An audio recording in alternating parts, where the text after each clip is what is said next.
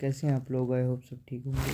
तो आज हम करने जा रहे हैं कि what is phase of diminishing returns.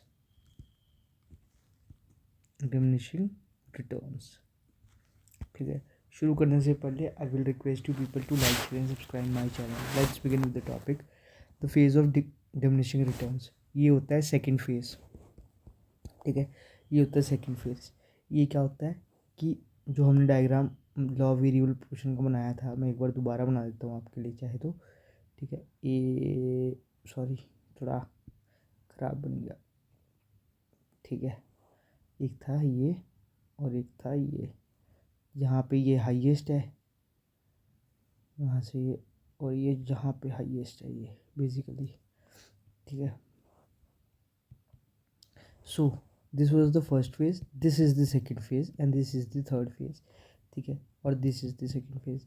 तो सेकंड फेज में क्या हो रहा है बेसिकली, जो हम नोटिस कर रहे हैं वो ये है कि पहला पॉइंट क्या है कि when MP begins to fall positively, TP increases at diminishing rate। ठीक है, जब जो मार्जिनल प्रोडक्ट है वो गिरने लगता है। ठीक है, ये MP है, ये TP। आई होप आपको ये ज्ञान, मतलब ये जो मैंने लेक्चर करवाया था लॉ वेरिएबल प्रोपोर्शन का, वो अच्छी तरह याद है, तभी आपको इस सेकंड फेज समझ में आने वाला है। ठीक है, अगर नहीं किया तो please go and revise it again. ठीक है, तो जैसे ही MP फॉल होना शुरू होता है पॉजिटिवली, वैसे ही जो TP है हमारा वो इंक्रीज़ तो होता है लेकिन डिमिनिशिंग रेट से इंक्रीज़ होता है। ठीक है, अगर मैं आपको क्या बोलते हैं, जस्ट वेट अ मिनट, मैं आपको टेबल दिखाता हूँ। सो फ्रेंड्स, मैंने ये टेबल बनाया है। ठीक है, इस टेबल में क्या है, ये स्टेज टू दिखा रहा है। अगर आपने लॉ वेरिएबल्स का वेरिएबल प्रोपोर्शन का लेक्चर नहीं देखा तो उसको देख लीजिए पहले, उसके बाद ही समझ में आएगा। ठीक है, तो ये वेरिएबल फैक्टर है, ये टोटल प्रोडक्ट, ये मार्जिनल प्रोडक्ट। जैसे थर्ड सेकंड फेज क्या था, डिक्रीजिंग। फर्स्ट फेज क्या है इसमें, ये है इंक्रीजिंग रिटर्न्स का। ठीक है, तो सेकंड फेज देखिए, एज जो TP है, सॉरी MP है, वो डिक्रीज होता है। 3 होता है, 2 होता है, 0 1 होता है, 0 होता है। ठीक है, और स्टेटमेंट में हमने क्या पढ़ा है कि when MP begins to fall positively fall होता है, मतलब नेगेटिव नहीं जाता, तो हम 0 तक ही कंसीडर करेंगे इसे। ठीक है, ये माइनस नहीं है, इसको मैंने ऐसे ही लगा दिया है। ठीक है, तो 0 तक ये पॉजिटिव ही है लेकिन गिर रहा है।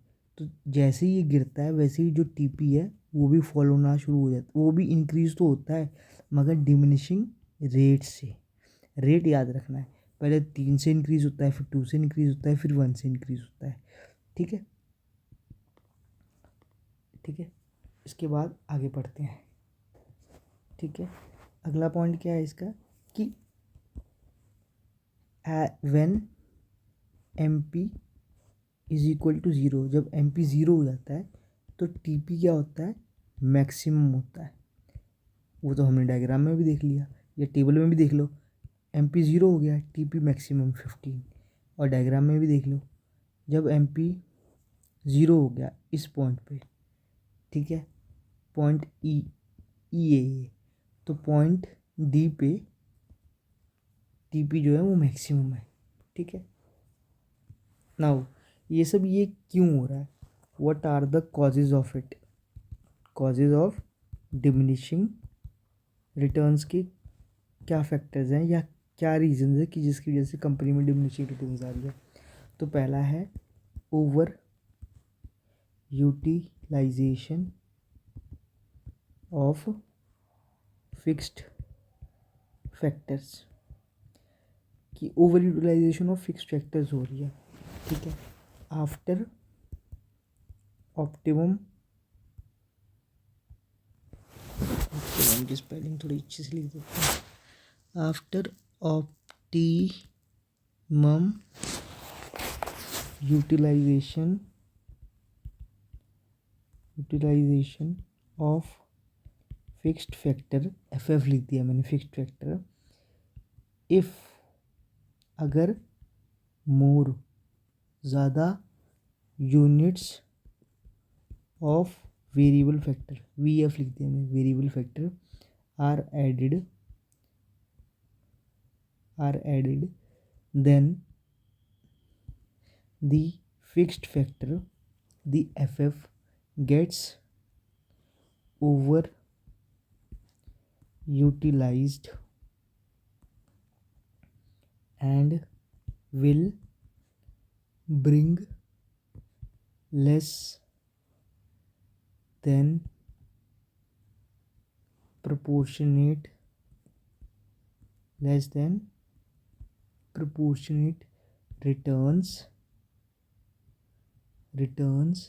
as there is pressure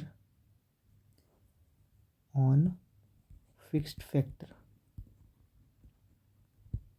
ठीक है, ये क्या बोल रहा है कि over utilisation of fixed factor.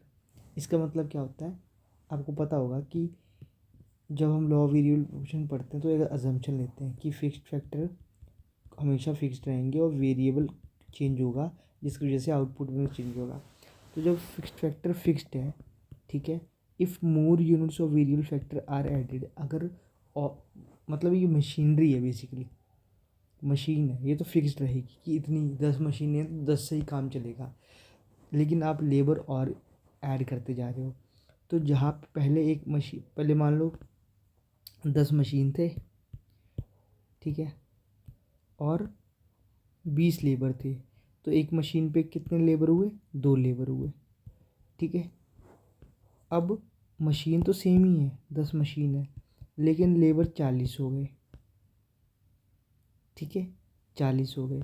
अब एक मशीन पे पहले जहाँ 2 लेबर काम करते थे, अब कितने लेबर काम करेंगे, 4 करेंगे सेम मशीन पे।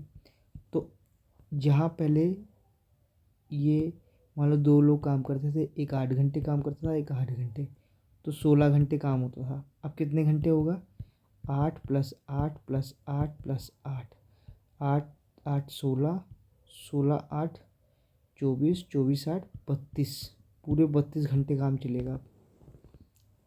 ठीक है, 32 घंटे का मतलब है लगातार 3 दिन मशीन चल रही है, ठीक है। तो मतलब ओवर यूटिलाइज हो रही है मशीन, ज़्यादा हम उसको यूटिलाइज कर रहे हैं। उससे क्या होता है फिर, units of variable factor are added, the fixed factor gets overutilized and will be less than proportionate returns।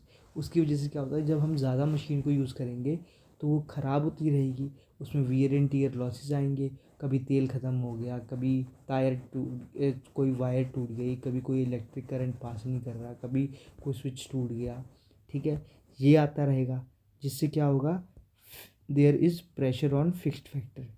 तो मतलब फिक्स्ड फैक्टर पे एक प्रेशर हो जाएगा, जो मशीन है उनमें एक प्रेशर आ जाएगा, क्योंकि अब ज़्यादा लेबर काम कर रहे हैं उसी सेम मशीन पे, ठीक है। तो ये पहला पॉइंट है कॉजेज़ का। दूसरा पॉइंट क्या है इधर, दूसरा पॉइंट क्या है कि इम्परफेक्ट सब्स्टिट्यूशन ऑफ फैक्टर्स। ठीक है, इसका मतलब क्या है कि मोर and more of one factor, more and more of one factor cannot be used in price, cannot be used in place, लिखना था, in place of other as factor are imperfect substitutes। ठीक है, so more and more of one factor cannot be used to place in place of other as a fixed as a factors are imperfect substitute. ठीक है. और beyond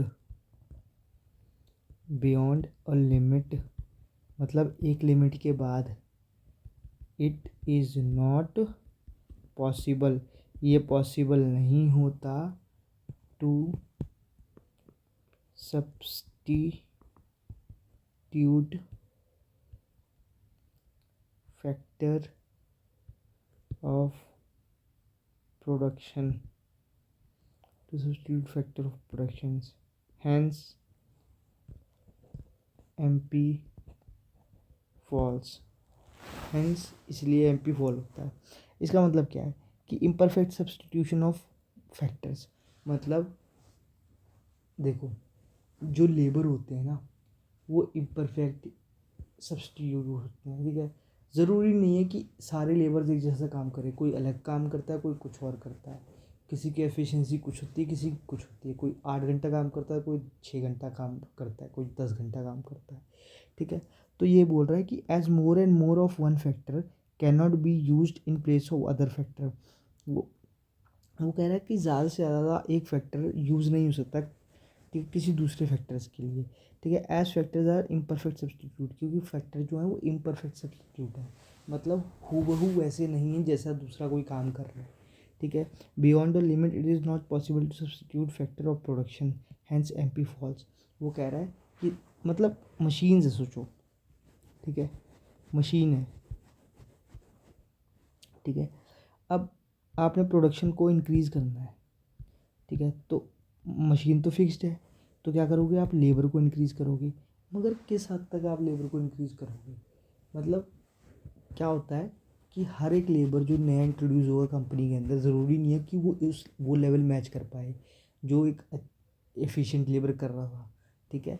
तो इसकी वजह से क्या होगा आपकी जो मार्जिनल प्रोडक्ट है वो गिर जाएगा. मतलब जब हम कोई नया फैक्टर ऐड करेंगे तो उसकी जो प्रोडक्टिविटी है वो नीचे गिरेगी. ठीक है. और थर्ड पार्ट क्या है इसका. थर्ड कॉज क्या है कि पुअर कोऑर्डिनेशन. अब ये पुअर कोऑर्डिनेशन किस में होगा. ये जाहिर सी बात है पुअर कोऑर्डिनेशन होगा किस में, फिक्स्ड और वेरिएबल फैक्टर में. ठीक है. सो इसमें क्या होगा increased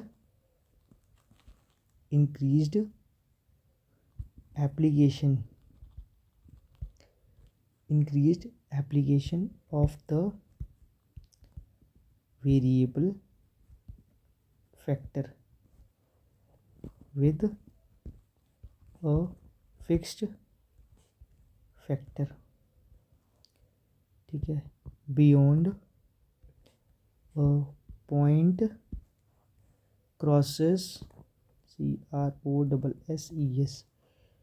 crosses the ideal factor ratio. ठीक है. if the ideal combination is disturbed. ठीक है. MP will fall. ठीक है. सो एक पुअर कोऑर्डिनेशन है. ठीक है. किसमें increased application of variable factor with fixed factor. क्योंकि हमने देखा लास्ट वाले टॉपिक में कि हम वेरिएबल फैक्टर को इंक्रीज़ कर रहे हैं. तो increased application of variable factor with fixed factor beyond the point crosses the ideal factor ratio. Ideal factor ratio होती है कि कितने लेबर लगेंगे कितने कैपिटल के लिए बेसिकली, है ना. तो अगर वो आइडल फैक्टर रेशो मान लो हमें 10 लेबर चाहिए 10 मशीन्स के लिए, मगर वो आइडल फैक्टर रेशो हो गई 10 मशीन्स के लिए मान लो 50 लेबर्स. तो एक मशीन पे कितना लेबर काम करेगा 5. पहले एक मशीन पे एक लेबर काम कर रहा था, प्रेशर कम था मशीन पे. अब एक मशीन पे 5 लेबर काम कर रहे हैं तो उस पर ज़्यादा बोझ बढ़ेगा. ठीक है. तो उससे क्या होगा the ideal combination is disturb MP falls. मतलब जो कॉम्बिनेशन ये था 1:1 का, जिसमें एक लेबर और एक मशीन अच्छा प्रोडक्टिविटी दे रहे थे, अच्छा आपको मार्जिनल प्रोडक्ट दे रहे थे, अच्छी आपकी रिटर्न दे रहे थे, इंक्रीजिंग रिटर्न आ रही थी। लेकिन जब आपने लेबर को इंक्रीज़ किया, क्योंकि मशीन तो हो नहीं सकती, तो आइडल फैक्टर रेशो बिगड़ गया, जो कि ये होना चाहिए, this should be the ideal factor ratio, not this. ठीक है, जिसकी वजह से क्या हो गया, मार्जिनल प्रोडक्ट जो है वो फॉल कर गया। ठीक है, so this was all about the phase of diminishing returns. I hope आपको ये समझ में आ गया होगा। मिलते हैं नेक्स्ट टॉपिक में, टिल देन बाय।